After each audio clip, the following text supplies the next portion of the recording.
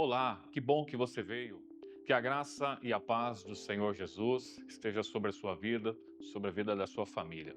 Seja bem-vindo à nossa série de ministrações da Páscoa ao Pentecoste. Nesse tempo você será tocado por palavras e reflexões a respeito do Espírito Santo, com certeza revolucionará a sua vida. Eu quero compartilhar com você uma porção da palavra de Deus para uma reflexão. Se encontra em Atos dos Apóstolos, capítulo de 1, versículo de número 8, que diz o seguinte: Mas recebereis poder quando o Espírito Santo descer sobre vós, e sereis minhas testemunhas em Jerusalém, em toda a Judéia e Samaria e até os confins da terra. Quero falar com você sobre o poder do Espírito Santo. Neste tempo da Páscoa ao Pentecoste, é muito oportuno meditar nessa porção das Escrituras, que foi uma das últimas palavras de Jesus deixada aos seus discípulos após a sua ressurreição.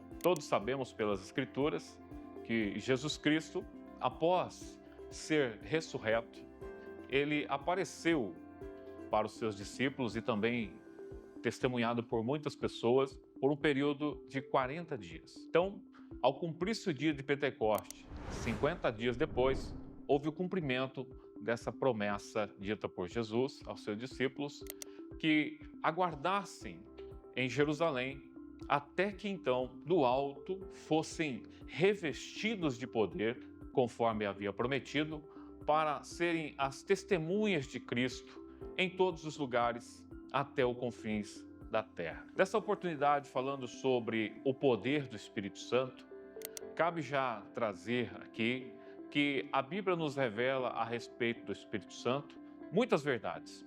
Já vai ouvir, e como nós temos também já destacado nas Escrituras, que o Espírito Santo, assim como o Pai e o Filho, ele também é Deus, portanto, uma pessoa divina, uma pessoa da Trindade. Portanto, todos os atributos que são destacados de Deus o Pai, de Deus o Filho, também do Deus Espírito Santo. Então estamos falando da pessoa do Espírito Santo, da divindade do Espírito Santo, e agora queremos destacar sobre o poder do Espírito Santo. O poder do Espírito Santo, ele é muito claro nas Escrituras Sagradas, pelas suas obras, pelos seus feitos, pelas suas realizações. A começar no Novo Testamento, da vinda sobre Maria, com o poder do Altíssimo a revestindo, gerando no interior dela Jesus Cristo, que seria então chamado o Salvador, o Filho de Deus, aquele que nós adoramos como Jesus Cristo, o nosso Senhor e o nosso Salvador. Dentre as muitas obras do Espírito Santo, que demonstra o seu poder, nós queremos falar primeiramente a respeito do poder de capacitação, porque o texto nos traz essa verdade, que quando ele viesse, como prometido, sobre a comunidade de fé, sobre os discípulos de Jesus que estavam aguardando ali, cumpriu-se no dia de Pentecoste, quando então foram revestidos de poder para serem testemunhas. A primeira função aqui do Espírito Santo, ao descer sobre eles, era os capacitar, formar uma comunidade profética, na qual esses discípulos sairiam pelo mundo como verdadeiros profetas, testemunhando daquilo que viram, daquilo que ouviram, a mensagem que receberam de Cristo para compartilhar com o mundo. Era a mensagem da salvação, o Evangelho de Jesus. Que Paulo diz desse Evangelho como o poder de Deus para a salvação de todo aquele que crê. Então, o Espírito Santo, ele tem o poder de revestir, de capacitar, de empoderar, dando autoridade, renovando e fortalecendo a convicção, para que então essa mensagem fosse vigorosamente proclamada, alcançando os corações e transformando a vida das pessoas. Aliás, essa é uma das missões do Espírito Santo, quando Jesus fala de sua vinda, Quando ele vier, ele convencerá o mundo do pecado, da justiça e do juízo. Este convencer o homem é uma obra do Espírito Santo, que é feita no coração.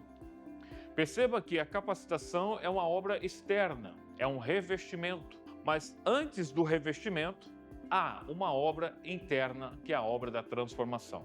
Então, o Espírito Santo, em seu poder, ele trabalha no interior do homem, no coração do homem, transformando, modificando, trazendo vida à vida de Deus. Como vemos lá em Gênesis, quando o Espírito Santo, o Espírito pairava por sobre a face das águas, em que a Trindade Santíssima, então, levando a efeito a criação e a formação de tudo, o Espírito Santo era aquele que dava vida. Quando a palavra de Deus era falada, era proclamada, trazendo tudo à existência, o Espírito Santo estava ali, participando desta obra na criação do mundo. E tomando em analogia, também vemos essa mesma obra, a obra da Trindade, agindo no coração do homem, que, da mesma forma, a palavra que é Cristo, falando ao coração, o Espírito Santo é aquele responsável para fazer a vida acontecer, trazer a vida de Deus para dentro do homem. Isso é o que chamamos de regeneração, de transformação. Se lá era a geração do homem, inclusive, aqui é a regeneração do homem, porque essa obra só pode ser feita pelo poder de Deus mediante o Espírito Santo. Conforme Tito, ele escreve, inspirado pelo próprio Espírito Santo, a respeito desta obra, que é uma obra não por obras de justiça praticada por nós, é uma obra que é levada a efeito pelo lavar regenerador e renovador do Espírito Santo. Veja, que é uma obra extraordinária, é uma obra revolucionária, que acontece no coração, lá no íntimo, lá no âmago do ser humano, que gera, obviamente, frutos de justiça, frutos no seu exterior. Então, uma obra que primeiramente acontece e é realizada pelo Espírito Santo dentro do coração do homem. Como Jesus, ele, no diálogo com Nicodemos, ele destaca essa obra do Espírito Santo, que era o nascer de novo, como ele fala para Nicodemos que era necessário. Embora Nicodemos fosse um homem ilustre, fosse um homem de autoridade, fosse uma pessoa de destaque na sociedade e também na religião judaica daquela época, contudo ainda lhe faltava nascer do alto, nascer de Deus, nascer do Espírito. E quando ele fala desta obra que era uma obra que fugia da vista do homem, assim como o vento, quando ele destaca a respeito do Espírito, que é como o vento que vai e vem, ouve-se a sua voz, mas não sabe de onde vem e nem para onde vai.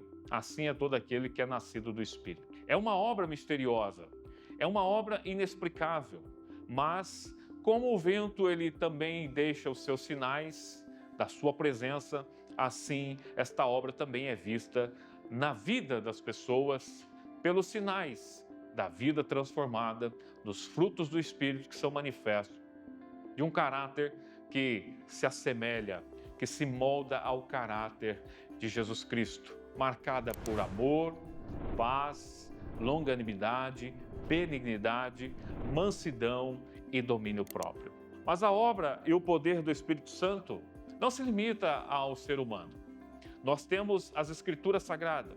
O Espírito Santo, em seu poder também, ele inspirou as Escrituras. Do contrário, sem a inspiração do Espírito Santo, a Bíblia Sagrada não passa de um livro antigo, não passa de uma literatura comum, como as outras literaturas, mas como ela é do sopro de Deus, da inspiração do Espírito Santo, ela é autoridade para nós, de fé e de prática.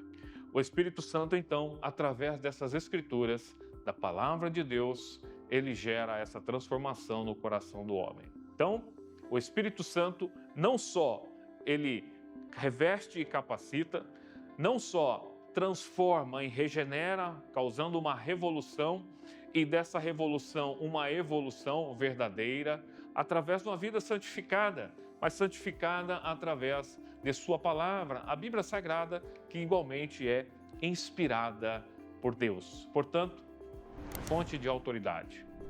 E é esta palavra que Deus veio trazendo para nós através do Espírito Santo. Jesus disse a respeito do Consolador, quando ele viesse, ele ensinaria em toda a verdade, nos guiaria em toda a verdade e nos faria lembrar de todas as coisas. Óbvio que para ele nos ensinar, ele precisou então trazer esse ensinamento à materialidade que nós temos hoje através da Escritura Sagrada, a Bíblia Sagrada, pela qual ele fala conosco. O texto que nós lemos é que dá autoridade para a nossa fala. A autoridade não está na minha fala, mas na fala do Espírito Santo, que fala através de nós, como seus instrumentos. Porque a palavra de Deus, ela é inspirada por Deus. Portanto, ela é útil, ela é apta para discernir os pensamentos e as intenções do coração do homem, como uma espada de dois gumes. E eu espero que o Espírito Santo possa pegar cada uma dessas palavras e fazer a transformação necessária no seu coração, na sua mente, porque essa é uma obra do Espírito Santo. E é isso que também esperamos quando estamos pregando. Mas não para por aí, você foi transformado, é revestido, tem as Escrituras inspiradas pelo poder de Deus, mas você também tem Ele como seu assistente, o Consolador. Paulo, ao falar dessa obra do Espírito Santo em Romanos, no capítulo 8, fala que Ele nos assiste em nossas fraquezas, porque não sabemos orar como convém. E Ele intercede por nós com gemidos inexprimíveis. Olha que coisa maravilhosa, ter este poder agindo em nós, nos ajudando e nos auxiliando a ter uma vida cristã e uma vida eficaz de oração, na qual as nossas orações são respondidas por Deus e nós somos auxiliados em nossa caminhada de fé até que Ele venha, conforme foi prometido por Ele, de estar conosco todos os dias até a consumação dos séculos.